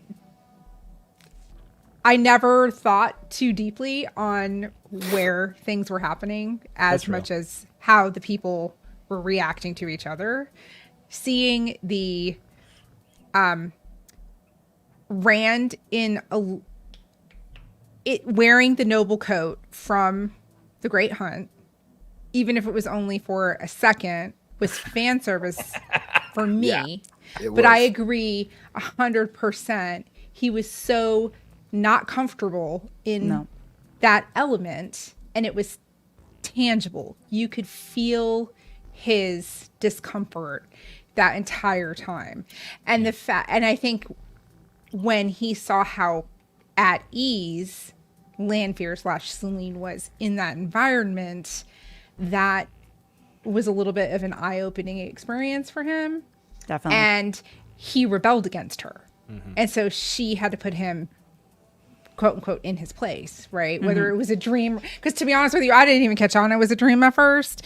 And I have not watched it 42 times. I've only watched this episode twice. So, and the first one when I was high as heck after having my ACL surgery in August. So the first time it came out, it was like I had surgery on that Wednesday, and then Friday night I was watching it, and hydrocodone was my friend that day. So I have only seen this episode twice in all of that time. So like the super duper deep dives, it's more an emotional experience for me as opposed to like a deep dive intellectual experience for me, if that makes sense. But Well, they pulled a lot of cool things out of the books. Yeah, throwing From the these invitations films. into That was the great. fire. I mean, they kind of trivialized it. But the thing for me in this entire episode was Nynaeve's trauma. That was Nynaeve's gold. what I mean, this was episode- a showcase episode for her. Of course. This was Nynaeve's trauma and Of course it Nynaeve's solidifying the fact and circling back around to what everybody was talking about with Nynaeve is that what makes her the best flawed person on this cast in this iteration of the Wheel of Time. She is my favorite character by far of any. I absolutely love her. Valid. But the thing is that she's loyal to a fault. She's headstrong to a fault. She's stubborn as fuck because she's gonna drink fucking dirty water. That was a great scene. Hell yeah. Such a great Before she's scene. Awesome. Peak 90. Do what an Aes Sedai tells her to do. And the fact that she's, for all intents and purposes, looks like a very secure, strong person. Her strength is a shield for her insecurity. And the way that the show writers and the cast have done in humanizing everybody's flaws. Everybody from Leandrin to even guest stars that are only in there for a minute, to Errol, to Alvaro Morte as Logain. Everybody's flawed in the show. Nobody's a shining person to be put on a pedestal. Very realistic. Right? And they all do their role brilliantly. You know, I mean, and you guys, and also don't forget, when Nynaeve went into the Arches, she literally just she just overheard Egwene, who was the whole reason why she went to the tower, talking shit about Nynaeve to a girl that didn't even know her. Yeah, she had no idea who she was when she saw her. She literally walked away from that, and she was summoned to come take the accepted test. I mean, literally, she turned a corner, and then there they were. Yeah, so not only that, but she got ditched for a princess. Sorry, Beth, continue. Right, but at the time, she didn't know that at the time. Oh, right? true. I mean, she didn't know who Egwene was talking to. Egwene's talking to a complete stranger about their very personal lives, is essentially what she saw. And that was another thing that they did too. Like the walls of the novice quarter are paper thin, right? And the doors, literally, you think you have privacy, but you don't really have privacy. So they brought those that thick in walls, from the book. those thick cinder block stone mason walls are paper thin. I mean, it's bad mortar. Nynaeve being heartbroken going into the accepted test. She's heartbroken because the person who she loves more than anybody else in this world now, being Egwene, is, besides Lan, of course, in a different way, right? She thinks the person who needs her now more than anybody else in the world, Egwene's like a sister, like has a sister. just talked shit about her behind her back, and then she goes into the accepted test, and she deals with nothing but loss and loss and loss. And then the little bit of the redemption when it comes back, and Egwene is there waiting for her when she comes out, but it's not enough because Nynaeve has lived this entire life, and she saw Egwene die in that dream too, right? Yeah. She saw Egwene die in the third test. Wasn't Egwene there? No, she's in. Or was it just Trollocs? Oh, that's right, because it was just Perrin, Matt, and it was Perrin and Matt, and Matt had the eye was missing in when she died. Yes. And he was super rich. Careful. Yeah, sorry, shit. I'm shutting up now. Right. I'm done. Take it off. Put it back on. We're done. That's she has a theory. I have a theory about that. I just have a theory, like a book theory about. I think Matt's losing an eye, and he's lost an eye in every dream about him and every arch thing. Gotcha. So I'm just like, come on. If that's not foreshadowing, I'll eat this phone. I mean, like literally, like that's just the second time I've done that to you, Allie. Because the first time I met you at JordanCon. Not last year, but the year before. I don't think I was listening. I was on a panel. I was on a panel, and you went like this. Well, she does that out of habit. I just like whenever someone's talking about something where I'm like, I don't know what this is, I just immediately just go, okay. Yeah. Let me ask you guys. So, Ishamael states to Perrin, quote, "The more wolf you are, the more you're mine." Is this goes against what the book goes. The book, the wolves are not a part of the dark power. I don't think they were referencing that. I don't think that's what they meant. Yeah, go ahead. Okay, so what does this mean? I think that Ishmael knows that him being a wolf brother gives him access to the world of dreams. And since Ishmael is a master of the world of dreams, he can get to Perrin easier. Ishmael's bad at the world of dreams. I've got two things. Yeah, go for it. To quote Robert Jordan, you're gonna believe a Shamael? How many times do I say that? I say that all the time, Gus. Yes. All the time. Two, the wolves as they are in the show are presented as very much like the eagles in The Lord of the Rings. They are preoccupied with their group. Yep. That's about it. So I don't think, because he later says Perrin will soon be more wolf than man when he has that meeting with Lanfear and Talaran Riyadh. And I don't view that as like, therefore he will be bestial and we will be able to command him and take him. I don't think so at all. I think Elias is cool, chill as hell, and the wolves seem cool, and Hopper's cool. I think he means like, if I can push him into this perspective and into this group, he's not going to be there for Rand. He's not going to be there when he needs to be there to help with everything else. Because Rand won't be part of his Rand pack. Won't be part of his pack. Yeah, So if Elias he can is disdain for humanity. isolate Perrin and the wolves generally from Rand, awesome. I don't have to worry about him. He's off the table. That's really interesting because I thought the same thing, like that Ishamael was trying to manipulate him, but I thought it was in the other direction.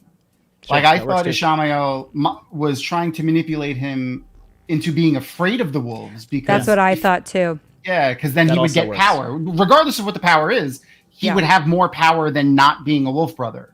Exactly. I think Ishamael wanted, because my thing is Perrin's still in the books for me is like resisting his power. You know, going, it's going to turn me into a wolf man. Look at whatever his name is, Gnome. You know, it's going to turn me into like a wolf man and I won't be, you know, able to control myself, all that stuff. And I'm like, I just don't believe that we're going to end on the note of, and you should always be afraid of who you are and never want to be that. So I mean, they played that out big with Perrin too, because and I think this is going to be a theme for all of the characters, where it's like until they accept their past, present, and future, i.e., things they've done that they may not like. In Perrin's case, his wife, and then who they're becoming. They're never going to be able to become who they need to be. Yeah, it's a circle. It's like Perrin's was perfectly. It was perfectly personified in Perrin's inability to put the ring on the little lantern float that he made.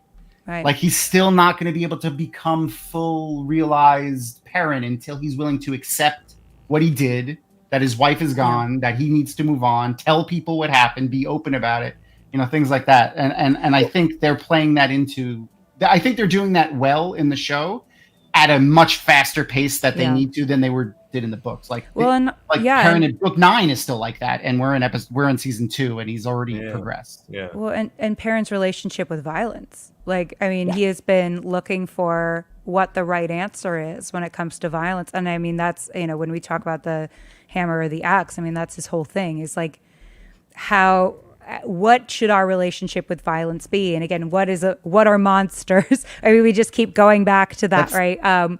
And I think the wolves personify that in a way, or at least Elias does, where Elias's mentality is fuck them. Mm-hmm. I don't like any of them.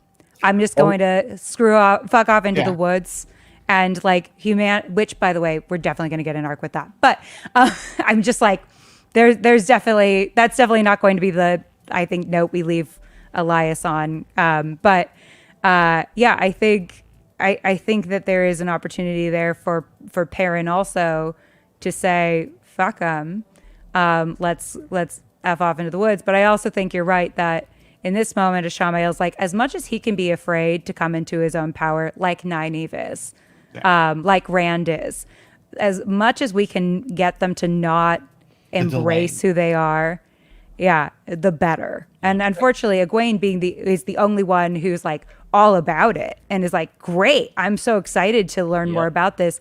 So and she's the one who's battling Forsaken on the tower on the roof. And they take her off the table. And not only that, but she's constantly having thrown in her face with the Shan-Chan how special she is. Yeah. When all she wanted at the White Tower was that recognition, then they're constantly like, look how special you are, Egwene. Look how special you are. She's finally getting the recognition she wanted in the worst way possible. Right. Very horrifying, if I would say so. You could say horror in psychological. I'm actually so I'm curious. I'm pretty sure I know Beth's opinion on this because we talk a lot about the Wheel of Time, obviously. But I'm curious everybody's opinion on Perrin specifically and his arc is what you made me think of it, Ali, when you brought up the violence and pacifism aspect of it. So in the books, it was mostly because, I'm a big guy and I don't want to hurt people. And the way they're doing it in the show with the murder of his wife and his stronger connection with the Tuatha'an than Egwene's.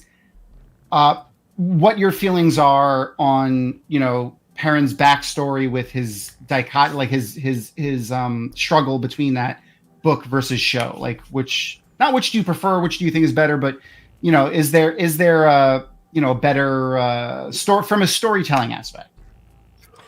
Perrin in the books is so internal. This is the thing, and we may have discussed this on this stream as well some other time, I'm not sure.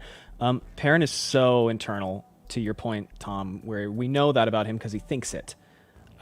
His struggle with violence is so internal, and he shares so little externally, to the extent that his best friends think of him basically as, he just kind of takes a long time to make decisions. I don't know. Everybody is fully entitled to their thoughts about Layla, and I totally understand. I totally get it. I think that the reason, among other reasons, why we are doing this particular version of Perrin is because now we don't need to know what he thinks about violence. We have seen what his relationship with violence is, and we have seen him receive philosophies of violence from so many completely divergent groups, right? He connected deeply with the Tuatha'an, as you said. He's got this very tempting friendship from Elias and the Wolves. And it takes what is a very internal struggle for him. It manifests, I think, most strongly in the books when he kills 2 faceless white cloaks, whose names we never learn, and he doesn't remember doing it. He goes into a blackout rage state, and then he wakes up and he's killed 2 guys. And he struggles with that for a long time. And I get it. If you kill somebody, I would struggle with that too. But I think taking it and personalizing it into a shorthand that the audience will go, oh, that's something that you're never, ever going to be able to just sort of put away for a minute. I'm going to deal with something else. That's something that's going to take you. That's going to propel this struggle and force you to reckon with this for the rest of your arc, for the rest of your character's life. And it makes that struggle, which is really the forefront of Perrin's character in the books, is a struggle with violence and leadership and responsibility. And it manifests it physically, I think. The other thing that I would say that it does is it adds a lot more to his future relationship with Fail, and particularly moments where Fail might be in danger. In the books, of course, he's obsessively in love with Fail because she's his wife and they're madly in love, and that works. That's absolutely true, and we know that because he thinks it and he tells us. But in the show, we have a guy whose previous relationship that was not perfect ended in the worst possible way. Neither of them wanted it to end that way, and in the worst possible way. And now he will have a second chance. I think, and I can't remember who I was on a stream with who said this as well. I think that the first person he tells about Layla will be Fail. No, he already told Egwene. Apart from. He did. She didn't get it though, right? Yeah, but when they were captured by the white cloaks and they were. Oh, yeah, I'm so sorry. Yeah, someone who wasn't a First childhood friend, like a new person. The first person who is not like part of his deepest inner circle who he tells, I think, will be Fail. And I think that rather than the scene in The Shadow Rising where his family is killed and he has this breakdown and Fail holds him and he sobs, I think that's going to be about Layla, because I don't think we need to introduce another family of Perrins just to kill them. I think we have done that. Because we know that he does have family in the Two Rivers. He talks about them. I've really looked forward to maybe seeing that scene where he crushes the cup, though. Like, that whole scene was so powerful in the books, and I really would love to see Marcus do it. It is a really good scene. That makes perfect sense of them. Another relationship that we're not talking about that was in the books, and they're kind of using Layla for that, was his relationship with his axe in the book. Mm-hmm. Right. Mm-hmm.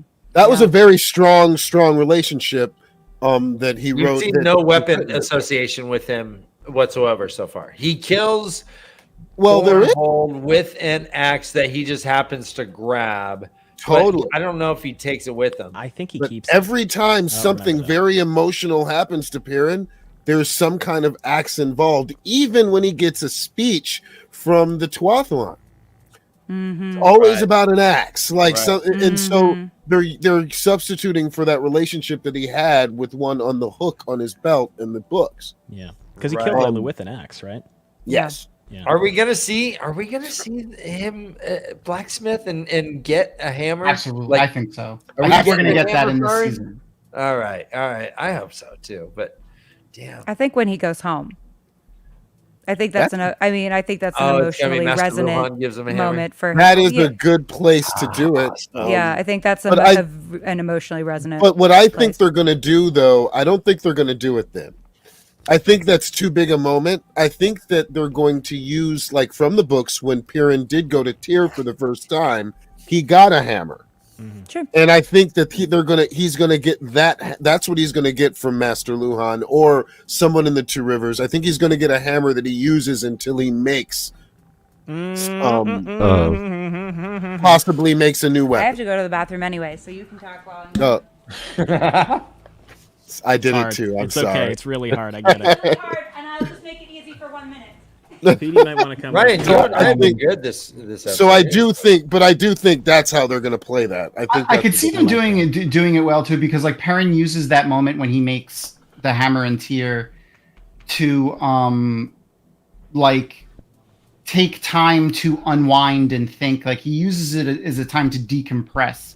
Like he's like, I need to go do some mundane work, and he goes to that blacksmith. He's like, hey, what do you need that needs to be made? And he just like whatever. Like I forgot what it was, but it's like some nonsense. Like, and in the books, it's also the continue. first time he uses a hammer as a weapon. Right after he gets that, when he's going to the Two Rivers and the Ways, he kills that Fade with that hammer. Yeah, he's building a better world. Yeah. With the hammer. One death at a time. Hey guys, Yeah. I have to jet. It's 8:00. Oh shit! It is. Yeah, it's a long. It's We've 8 been going for a while. Sorry. I have to take off for the night, but this has been fantastic. I and enjoy this so much. I love you guys. Ali and Love Gus, you I love too. you guys. Love you too. All right. Well, what do you have going on before you leave? Work. What's in the docket? Monday nights and Thursday nights for this next month, I'm streaming Final Fantasy VII remake on Twitch. Then Tuesdays, Fridays, and Saturdays we're doing Overwatch, because for some reason people like watching a middle-aged woman who's mid-tier at Overwatch play. So it's It's not just the middle. It's you. They A like bunch of watching people you. like watching you, Beth.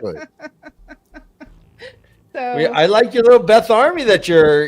I'm grouping building a around. Beth army. I don't know how, but I've gotten like 1,000 TikTok followers in the last month because of my Because live you're streams awesome. on We keep TikTok. telling you that, but you keep denying it, don't you? go. It's like, it's been pretty fun. So video games are my niche. I love the Wheel of Time, but video games are my niche. There needs to be a Wheel of Time video game that's not made in 1999 and an FPS. That isn't an with Tyrion FPS. Greyjoy as our, game ever made. our primary weapon. With all of Make the it a anime, VR game. with all of the animation shows about the Wheel of Time coming out, that could definitely be a possibility. I just hope I Red should Eagle do that. doesn't still have the rights for it, because I think they might. Guys, jump on the Twitch the train. Twitch train. With the Twitch Beth train. Would you? Yep. Yeah, thanks, guys. Right. Tom, you are streaming tomorrow, or you have a show tomorrow, correct? Yeah, rewatch. We're rewatching. We're actually doing episode 4. Episode 4. And Sharnice from Watt and Color will be joining us again, because we had too much fun with her last week, and she missed Ebony and Crystal. So Ebony will be back. It's been like 2 months, but she had a lot of stuff going on in real life that she needed to handle. So now she's back. She'll be back tomorrow. And having both Sharnice, Ebony, Sharnice, Ebony, and Crystal on at the same time is going to be. I'm intimidated right now.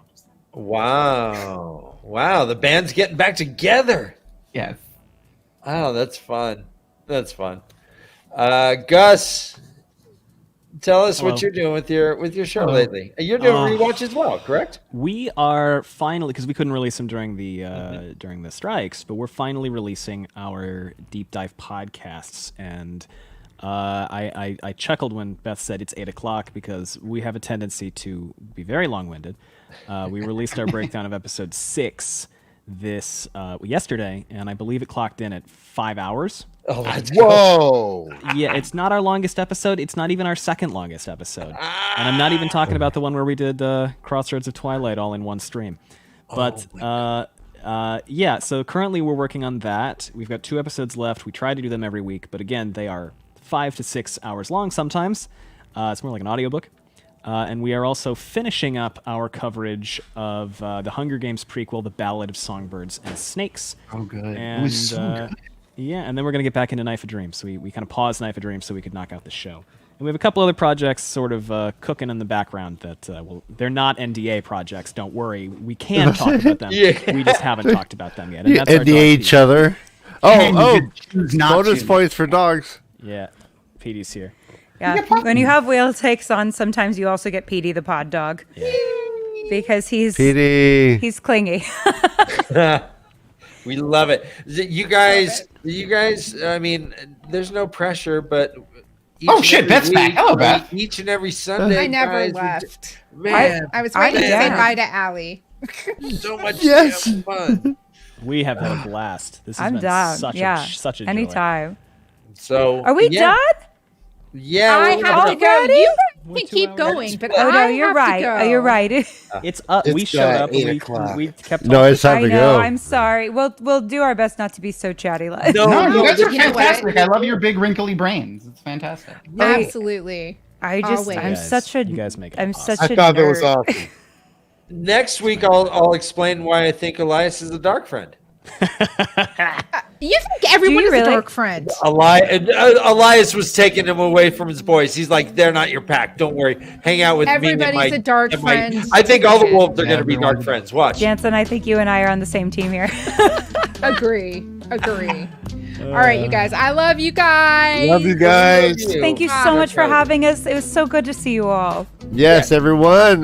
Tune in next week. We'll hit up episode 4. And until then, run for your lives. This is the way the